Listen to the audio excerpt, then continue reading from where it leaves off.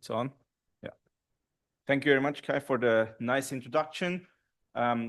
We have a speech together about the common project, and I will first introduce a bit about the why and what we want to achieve, and then hand over to Manuel for his part as we have been introduced. So you see Renault Station here. I'm working with SBB infrastructure with the railway network, and we make a huge shift from what Stefan Marschnick just talked about to the very long term to plan this network, to plan the future topology. And for that, we do a step back in time. Switzerland, as you have already mentioned, is famous for its punctual trains. It's all in the green, very good figures. Management is very happy, and there's no sense of urgency to change anything. One, thanks to the famous Taktfahrplan that has been introduced about more than 40 years ago to make smart use of the network that is lying around, to make smart use of the rolling stock that is driving on it. Do it one step further, Bahn 2000, a huge effort within the Swiss railway network to put even more trains on basically the same network, just with very small extensions, add-ons, but a lot more trains driving over the same network, which leads to a lot more maintenance that has to be done, which hasn't been done in the first decade of this century. But basically what you conceive is, especially when you look at our northern neighbor, it's all in the green. There's no sense of urgency to change anything, and management is very happy. So what should we do? A lot of people, generations before me in Switzerland railway planning, did very well, and we still continue to do very well, is this planning triangle that we know on which infrastructure we operate, with which rolling stock, at what timetable, and this is also done for very long-term planning. So this is kind of what we master at. Now let's see if we head back to the presentation, if this turns up. So when for the rest of the presentation you get the impression that we are in pen and paper and PDF and Excel sheets land, this is true, but I just wanted to state that there is a lot of different expertise within SBB in digitalization project, in a huge projects and tools going on. I know for more than 10 years working together with the people around the Professor Marschnick. So this is only one field where on the top right corner, where we do a lot, but this is done to do what we already do better, more efficient, smarter, and it's not part of our presentation. When you get the impression that we're probably at the wrong conference, and you have the impression that we do it with pen and paper. So let's head back to pen and paper. I, since a couple of years, work with the long-term network planning, and our railway networks looks like that. It's a section of 100 kilometers in Switzerland. And all these red little signals, this would be if we didn't have interlockings where one train driver could wave another front to front. Our network, as it has been historically growing over 170 years, looks a lot like these illustrative figures here, where trains not only have to search for a slot on its own track, but look at all the other trains coming onto them from different directions. And you imagine if you have a regular interval timetable like the Taktfahrplan, this usually means a lot of not used space, but it's not used in a phase that you can do smart maintenance in there, because you can see that these switches in the middle, or the turnouts, as we heard from the speech before, they're very heavily used and very, very essential. So it's kind of impossible to do the right maintenance on these tracks. If you would look more at metro networks or more high capacity networks, it would be more looking like the green side on the right corner. We have some very nice examples of that in Switzerland, like both railway stations underground in Zurich, or the Zurich airport station, like the top right corner, where basically it's like if you go onto a highway, you only have to look for a slot in your direction, and do not consider as if you would be turning with a tractor onto a busy road, as we do with a lot of freight trains that cross 4 tracks in Aarau, for example. And this is the way, as we master this planning triangle, we always find a way to put in one more train through all these red dots. And we work a lot on this network. This adds one layer of complexity. ERTMS or ETCS level 2 as one example in railway industry. We build a lot of new lines and tunnels in Switzerland, like to do that a lot. We have to refurbish and maintenance regularly on our network. We reconstruct railway stations, for example, to make them accessible to people with disabilities. So there's a lot of maintenance work, refurbishments, and constructions going on the network. But the questions we have to ask ourselves, are we doing too little, too late? Are we at the right spots? Looking at all these red dots from the map, there is more people on the trains, fortunately, as Professor Marschnick also told. We have more goods that have to be transported, more trains on the network, a lot of work increasing. And it seems to be that we head somewhere into a wall. Colleagues from Netherlands also told us SBB seems to be speeding full speed in a concrete wall, but we don't really know where it is because the numbers now are all green, all good. So it seems to be a bit foggy. And there's a lot of uncertainties, be it, do we have the funding for that? What role will autonomous vehicle play in the mobility sector? The Gotthard derailment, which closed a very crucial element of a line for a long time, like the black swan that can occur. What do the passengers want 10 years from now, 20 years from now, 30 years from now? But there is some things that we know for certain, because the railway is such a legacy system, there will be people out on the tracks, and construction will not be done overnight of heavy new stuff. So how do we put the pieces of the puzzle together and reacting to the management that wants change, fast, cheap, good, that you need to public, that does not want to wait for a new timetable or a new offer for 10, 15, 20 years. So we have to get away from this pen and paper land. There's one thing that we have done in the recent years, that like the network planning of the timetable, this is an open source tool anyone can use. It's aimed to collaborate with the broader public on timetables, on the way you interact, on the way you do scenarios and variants. But it still remains the infrastructure planning, because you need to study a lot to get costs, time, duration, and it looks a bit a mess like that. Every region in Switzerland has about a dozen wishes of new infrastructures for new offers that want to be built, that they want maybe now or at best yesterday. So we have quite a zoo of ideas, of studies. Everything, almost everything has been studied, and we prevent to miss. I love the background picture when we were changing slides. We prevent to miss the forest for the trees. We somehow have to reduce the complexity of this railway speech, of this timetable speech, to have an overview. So when we first got in contact, the question was like, okay, we have, for example, now this timetable in digital form. We have information about construction sites that we wanted to edit, we eventually want to build. We have some ideas about the rolling stock that we'll have in the future. So the question was, can we already get at this very early stage more insights on the actual impact, for example, a new timetable would have on the future infrastructure together with the future rolling stock and so on. And so the question was like, how can we get from these initial plans, from these ideas that Daniel and his colleagues develop, to some more data-driven approach, kind of to this long-term planning.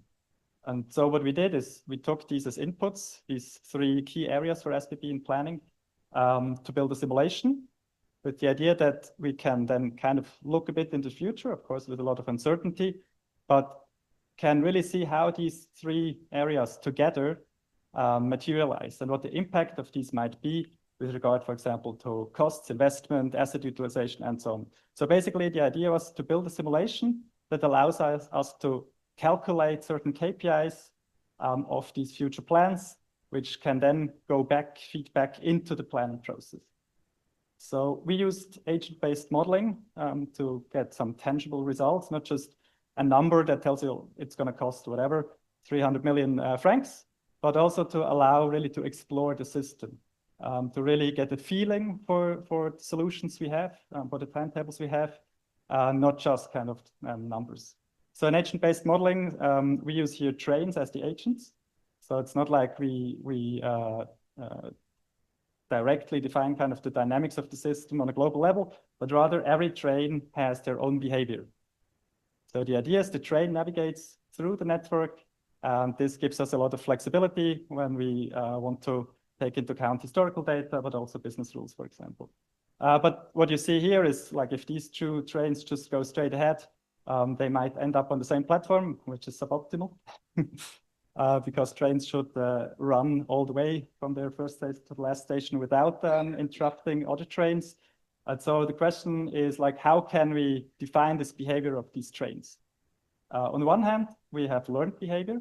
So for example, deadlock avoidance, that we can learn what the train needs to do in order to navigate through the network without causing deadlocks with other trains. Here's a simple example. One train on the left is at the switch. There's an incoming train straight ahead, but there's a free track to the right. So obviously in this example, the train should take the right track. However, this gets rather complicated soon because as Daniel mentioned, the timetable is very dense and we cannot just decide at every switch, but rather much more in advance because we have a lot of other trains on this network. At the same time, we also need to consider business rules. For example, in Switzerland, the trains usually take the left track. This condition might be relaxed in train stations or around train stations, but usually if you have two parallel tracks between train stations, then the train is going on the left. We can also explore, for example, deliberately what happens if we would not take the left track. Is there more options then? However, there is definitely a number of business rules that we need to consider. And so agent-based modeling gave us this flexibility to build in all these different kind of behaviors. On one hand, the business rules, and on the other hand, learned behavior. So to learn this behavior to avoid deadlocks, this is not that straightforward. And what we use is reinforcement learning, because reinforcement learning gives us the advantage that we don't have basically just labeled data where we can learn and say like, okay, at this switch I have to take the left track or the right track, but rather we can really learn from historical data, but also synthetic data from the simulations. So what is reinforcement learning? Maybe some of you know, maybe not. So the concept is quite simple. Every agent kind of observes the simulation environment. It can be the full simulation state, can be usually it's a partial state. And based on the observation the agent has, for example, in the slide before, just straight ahead, looking the different tracks and other agents on these tracks, we can then take an action. So every agent, the behavior again, like is taking an action, do I go straight, do I go right? Also looking into the future, kind of taking decisions early. Then the simulation obviously gets updated because my train is moving. And in the next step, I observe again the simulation, but I also might get a reward. And the reward can be very sparse, so I don't always get a reward for my action, but the reward is an indicator kind of how good my last action or sequence of actions actually was. Because it's quite hard to say, like if I take a left turn at the switch, there is no immediate incoming train, if this was a good decision or not. However, if I know my train arrives on time and didn't cause any deadlock, then probably overall this was a good run. And so the idea is with this reinforcement learning, basically to not just judge one action, but whole sequences of actions. And through that, we can learn behavior like deadlock avoidance, for example, but also we can integrate much more complex behavior from historical data. So now that we have this trained behavior, we have business rules implemented as behavior, then we can actually run simulations that now, well, you've seen it, some trains moving. So that actually reflects the timetable and the infrastructure and rolling stock we input. So we can actually see then what happens. We can actually see then what happens for a specific combination of timetable, infrastructure, and rolling stock, and see the trains moving very specifically. So this can be interesting already. For example, here we see that the timetable that was developed, this is example data, but still this might happen during the planning process, that the timetable that we have does not actually work with the infrastructure we have foreseen. So we see here the red dots with numbers in it. These are deadlocks that are, or conflicts that occur because the timetable doesn't work together with this infrastructure. So this can already be interesting to look at the single run and see what is this conflict, where does this conflict originate from? And this might be already an indicator, for example, for additional infrastructure or a different timetable, slightly different departure times, and so on. However, what we might be more interested in is thousands of simulation runs with some variation. Because if we look into the future, like 2050, for example, next 25 years, pretty sure the trains will not exactly run like that.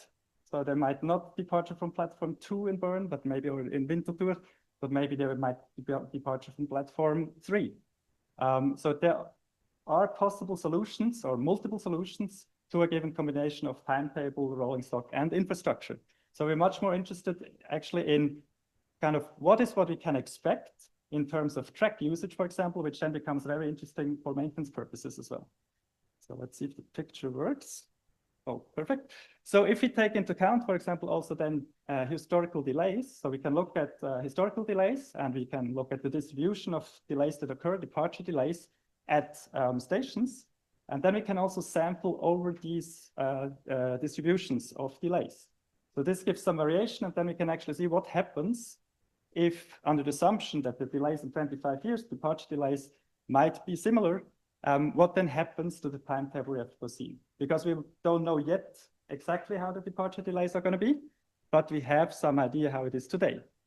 And what we then do now here is basically overlay these thousands of simulation runs onto each other. And all the darker areas in blue, or there's less transparency basically, is throughout all these simulation runs. These are areas where we get congestions, where we need to resolve conflicts because of the delays. So this again gives us some indication of where we have to look into and what we might want to adjust. Another example that directly also ties to maintenance is we can measure, for example, how much weight goes over a certain track. Again, here is an overlay of all the simulation runs. It's not just one run. And we see in the middle, for example, we have very dark brown. So this means like the vast majority of simulation runs used these two platforms very heavily. So again, we don't know exactly if one specific simulation, one specific combination of delay, timetable, infrastructure, and rolling stock might use this platform, but we are pretty certain that if we run this timetable with this infrastructure, these two tracks will be heavily used. And this also obviously works for switches, turnouts. So we can already anticipate, given a timetable and an infrastructure, where we might have to do a lot of maintenance. And in fact, this also then allows us to highlight certain areas, for example, certain switches that will be heavily used if we will implement these plans. Of course, this is with a lot of uncertainty, but it's still much better than today, where we basically don't have any information or very, very little information, a lot of expert knowledge maybe, but more a gut feeling and not so much data on where we might expect maintenance. So this is something to already then feed back into the planning process, into scenarios, and which allows us to develop different scenarios. And one maybe we focus then on more infrastructure, like adding an additional switch to relax a bit the heavy usage of some tracks, or we reduce the timetable in a certain way, and so on. And because this is all based on the same data, it also allows us to compare these scenarios directly. There is a lot of uncertainty, so there might be also some systematic error, but at least it's the same error, basically, the same assumptions in all the different scenarios. And this, gives us some indication, at least, already in this very, very early planning process.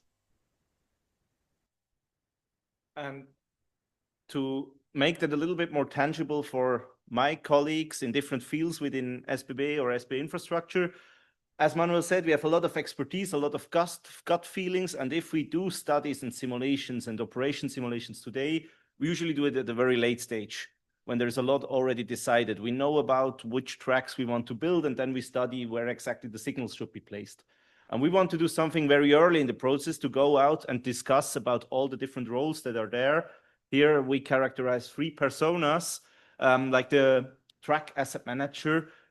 He can, for different options, get, for example, a simple number as weight of trains per segment for very far in the future when we don't have already exact simulations about each train run, but we have a statistical feeling that is quite hardened that which tracks will be used more heavily and about can apply, for example, a cost figure to that, or the people in charge for rolling stock strategies, for procurement, for asset management of rolling stock, they get a feeling of where will the vehicles be, where will they end their runs, what are the maintenance facilities at each end of the runs, the depot facilities. And if you look more to the customer interface, you get a capacity idea of what, when we apply different timetables, different train sets, we can get for different point of views in the network very fast seating capacity, for example, or just load and train lengths for a lot of variants. It's not something that we can't do today, but today usually it takes months up to years to study it, to harden these studies, to make simulations and scenarios. Now the aim is to get that within minutes, to be able to get into expert discussions. We don't want to replace subject matter experts of different fields, because the railway is such a complex and broad system with such a legacy that we need them, but we want to be able to talk between languages of different subject matter experts over different disciplines, maybe even over different organizations, because we have open tracks access, so it's not all SBB. That's also why the timetable collaboration tool is open source, why this was deliberately chosen to be able to get into that discussion. And at SBB, we don't run trains just because we like to run trains. We do, but this is kind of the promise that our top management gave to the broader public for the second half of the century. More flexible. This is kind of the difficult cause. How do you do a smart network usage and do it flexible, but more heavily, more often run more like a metro, a train just whenever you need one. And then maybe this with the flexibility comes also because you have a lot more seamless journeys. But as a railway infrastructure and as a railway provider, we need to open the horizon even more, because in the end, it's the door-to-door journey where we compete with other modes of transport. It's not the train journey that takes n minutes between one station and the other. It's more like, where do the people actually come from, and consider that in a broader, maybe even simulation environment, where we can put a piece together to get into agent-based simulations for all the generic Swiss populations, how they will profit from maybe even not faster, but even a little bit slower train journeys, but get faster there from door to door, whilst, and that's the crucial part of why we need such informations and simulations, guaranteeing the maintainability of it. To make sure that when we ride even more trains and transport even more goods and even more people, that still the maintenance can be done with, as Professor Marschnick said, the costs will only go one direction if it goes the way it goes now, because more trains, it deteriorates faster, you can only postpone maintenance. And one of the things that leads to what we are trying to do, it's not come up with something new. We have the data, we have the expertise, we have the information, but we are in desperate need to use it better, to integrate it better. We have a lot of tools, databases, platforms, information exchanges. So that's also why we very gladly took on this invitation to speak with you in a more public sense about what we want to do and where we need to head. Thank you very much for your attention.